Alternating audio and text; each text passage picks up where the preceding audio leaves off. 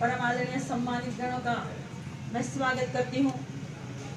परम आदरणीय मेरे भाई अमरेंद्र निषाद जी, परम आदरणीय विधानसभा अध्यक्ष हमारे भाई संजय यादव जी, परम आदरणीय बड़े भैया देवेंद्र भूषण निषाद जी, आदरणीय जो इस सभा के आयोजक है परम आदरणीय देवी दीन जी, एक कवित्री, एक सोशल एक्टिविस्ट यानी कि समाज सेवी, एक चित्रकार, एक पेंटर, एक क्रिएटर, एक घर चलाने वाली गृहिणी, आप सभी का स्वागत करती हूँ और आप सभी की लोकसभा के प्रत्याशी, आप सभी का नंदन वंदन एवं अभिनंदन करती हूँ।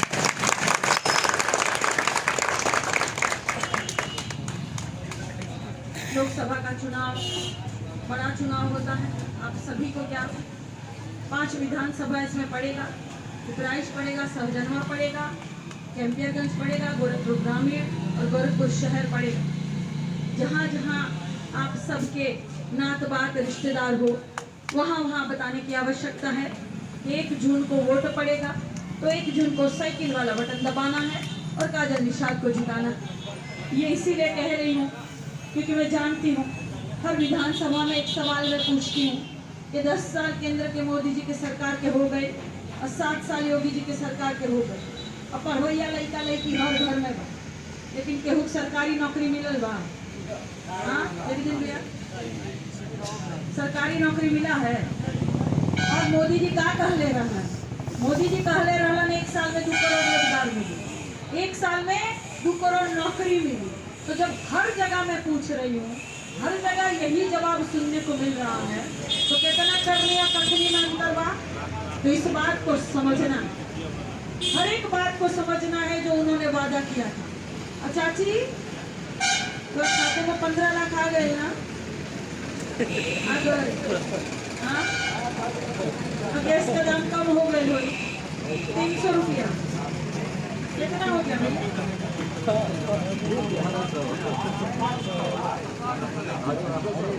देखिए कितना वादा किया था, 1200-1000 का गैस मिल रहा है और कितने बड़े बड़े वादे। न ये नौकरी दे रही है, न रोजगार दे रही है, न शासन सत्ता में हिस्सेदारी दे रही है।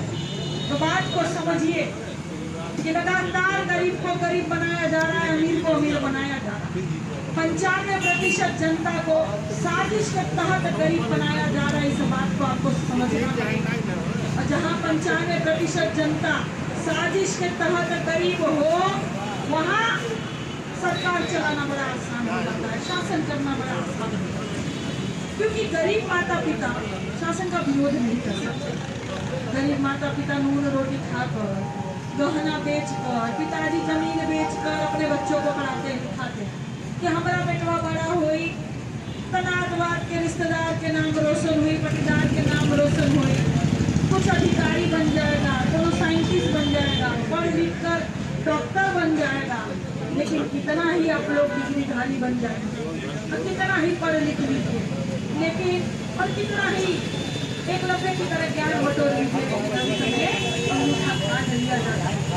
यहाँ कितने नौजवान साथी और सभी ने पुलिस भर्ती वाला जो पेपर था वो दिया, लेकिन पेपर लीक हो गया। तो इसी तरह 70 लाख बच्चों ने आवेदन किया था, 70 लाख बच्चों ने आवेदन किया था। आवेदन की फीस 400 रुपया, हरवाई फीस 150 रुपया, 10 रुपये का एडमिट कार्ड, 560 रुपया ऐसे हो गए। धीरे धीरे इस सरकार ने 500 करोड़ का घोटाला कर दिया। आप लोगों को पता चला?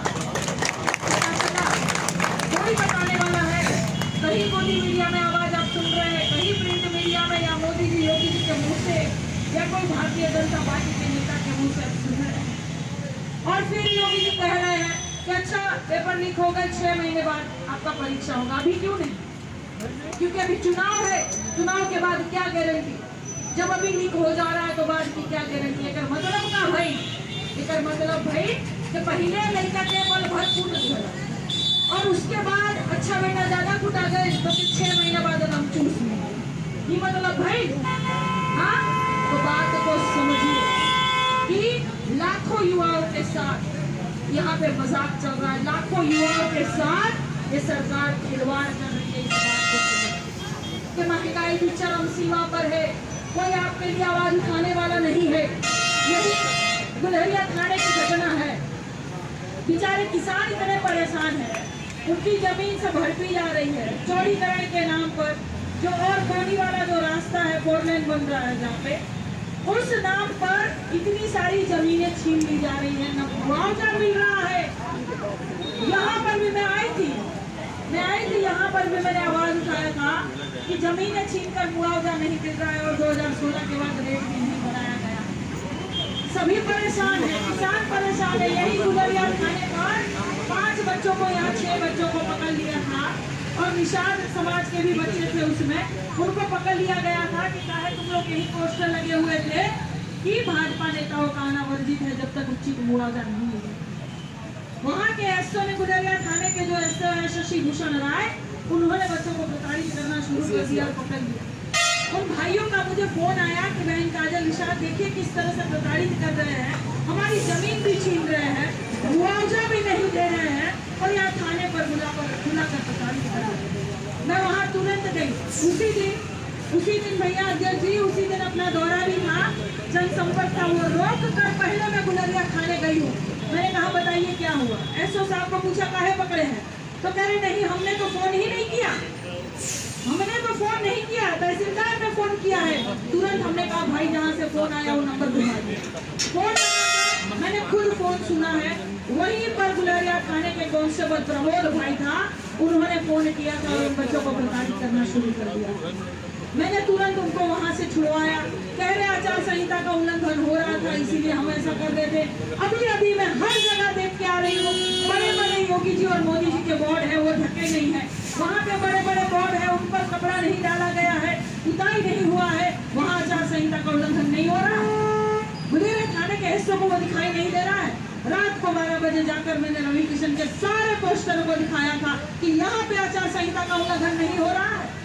तो बात को समझिए, जब आप करेंगे तो आचार संहिता का उल्लंघन है, जब हम करेंगे तो आचार संहिता का उल्लंघन है। लेकिन भारतीय जनता पार्टी वाले कितने ही बोर्ड लगा ले, कितने ही पोस्टर बैनर चिपका ले और कितने ही अपने पिक्चर के पोस्टर लगा ले, इनके लिए कभी भी आचार संहिता का उल्लंघन नहीं होता है। ये बंटवारा करते हैं तो गरीब के साथ ज्यादा अत्याचार हो रहा है, इसीलिए उन भाइयों को छुड़ाना बहुत जरूरी था। आपकी बहन कुछ भी नहीं, किसी गांव की प्रधान नहीं हूँ मैं, उसके बाद भी इतनी दमदारी से आवाज उठा रही हूँ। तो जरा आप लोग सोच लीजिए कि जब मैं कुछ बन जाऊँ तो कितने दमदारी से आवाज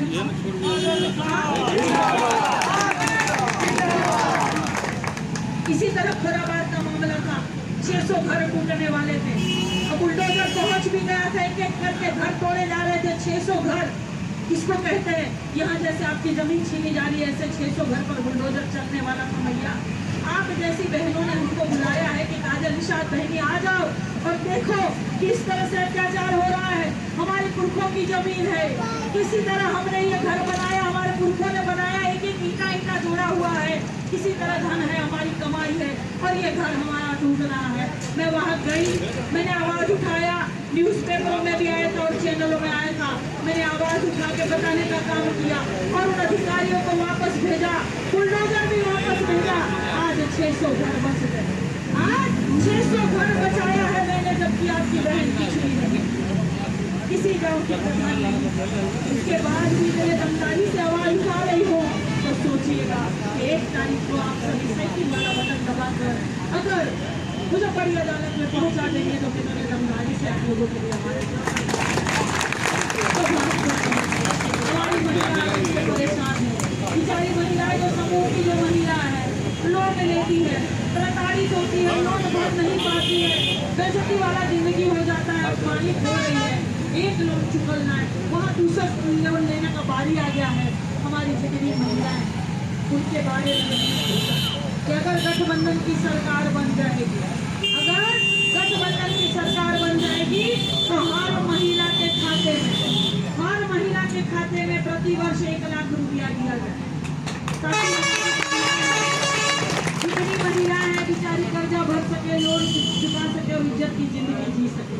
इसलिए हर महिला के खाते में प्रति वर्ष 1 लाख रुपया देने का निर्णय किया है। दूसरी बात, जो सहारा का पैसा है उसकी बात कोई नहीं करता। सहारा का पैसा कितना आप लोगों का फंसा हुआ है मोदी जी बोल रहे हैं, न योगी जी बोल रहे हैं। आप लोगों से वादा करती हूँ कि आपका सहारा का पैसा भी वापस दिलाऊंगी, वो लड़ाई भी मैं लड़ूंगी आप लोगों के लगातार लड़ रही हूँ, लगातार चल रही हूँ, आपके घर की हूँ, कहीं दूर की नहीं। हुआ घर की रहने वाली हूँ भाई, कहीं दूर की नहीं हूँ। और आपके जो सांसद जीत के गए हैं, जो कभी आए नहीं, और तो जौनपुर में है, तो इस बार बाहरी को चुनेंगे कि घर को चुनेंगे? घर की बहन बेटी को चुनिए, बाहर को मत चुनिए।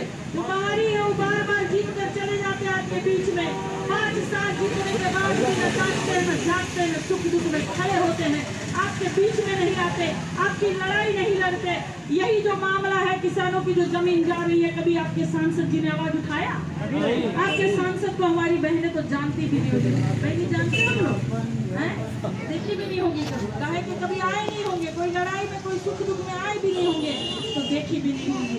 लेकिन मैं लगातार संघर्ष कर रही हूँ, 14 साल हो गए संघर्ष कर, 14 साल से संघर्ष कर रही हूँ।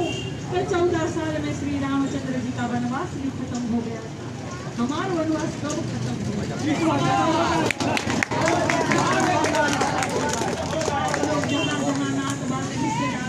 वहाँ बताने का काम करिएगा। हमारी महिलाएं शिव चर्चा में जाती है, कहीं शादी में जाती है, कहीं यज्ञ में जाती है, पूजा पाठ करने जाती है। हर जगह जहाँ ज्यादा महिलाएं जमा होती है, वहाँ हर महिला बताने का काम करेंगी कि 1 जून को वोट पड़ी, 1 जून को साइकिल वाला बटन दबाना है, काजल निषाद को जिताना है, ये आपको बताना पड़ेगा। मेरे भाई चक्की चौराहे पे, कहीं ये नवाबाद चौराहे पे, कहीं यहाँ बैठे, कहीं वहाँ बैठे, कहीं चाय पी रहे हैं नौजवान साथी, सोशल मीडिया पर अगर वो फोटो और वीडियो पोस्ट कर रहे हैं, हर जगह आप लोग बोलने का काम कीजिए कि 1 तारीख को साइकिल वाला बटन दबाना है, काजल निषाद को जिताना है। इतना जरूर करिएगा, माउंट पब्लिसिटी जरूर करिएगा। 2 महीना का चुनाव है, 2 महीना मेरा साथ दीजिए और लगातार इसी तरह प्रेम आशीर्वाद जो आपने बनाए रखा है, इसी तरह प्रेम आशीर्वाद 2 महीने तक और बनाए रखिएगा और मेरा साथ दीजिएगा। लगातार चल रही हूँ, लगातार चलूंगी। होता क्या है, हमारी महिलाओं के लिए बोलना चाहती हूँ, होता ये है बहन कि हम लोग 30 दिन अपना नहीं खाते, हम लोग 30 दिन अपना खाते हैं और 1 दिन का कोई खर्चा देकर चला जाता है, 2 दिन का कोई खर्चा देकर चला जाता है। हम 5 साल जो है वो सौदा कर देते हैं। तो बात को समझिए, बहुत लोग आएंगे, बहुत लोग बरगलाएंगे, बड़े बड़े वादे करेंगे, बड़े बड़े सपने दिखाएंगे, वहाँ बहने की जरूरत नहीं है। ये वही लोग हैं जो जीत कर गए थे और आपके बीच में नहीं आए थे, वही फिर से प्रत्याशी बनकर आए हैं। 2 ही प्रत्याशी हैं, एक मैं हूँ भुआपार की घर की, और एक वो है जौनपुर के जो जीते हुए थे और वापस आप लोग के बीच में नहीं आए, फिर प्रत्याशी बनकर आ गए। इतना मूर्ख बना रहे हैं। इस बार आप लोग प्रेम सहयोग मुझे देने का काम करिएगा। लगातार आपकी लड़ाई लड़ती हूँ और लगातार आगे भी लड़ूंगी। बहुत बहुत धन्यवाद, नमस्कार एवं प्रणाम करती हूँ। बहुत बहुत धन्यवाद।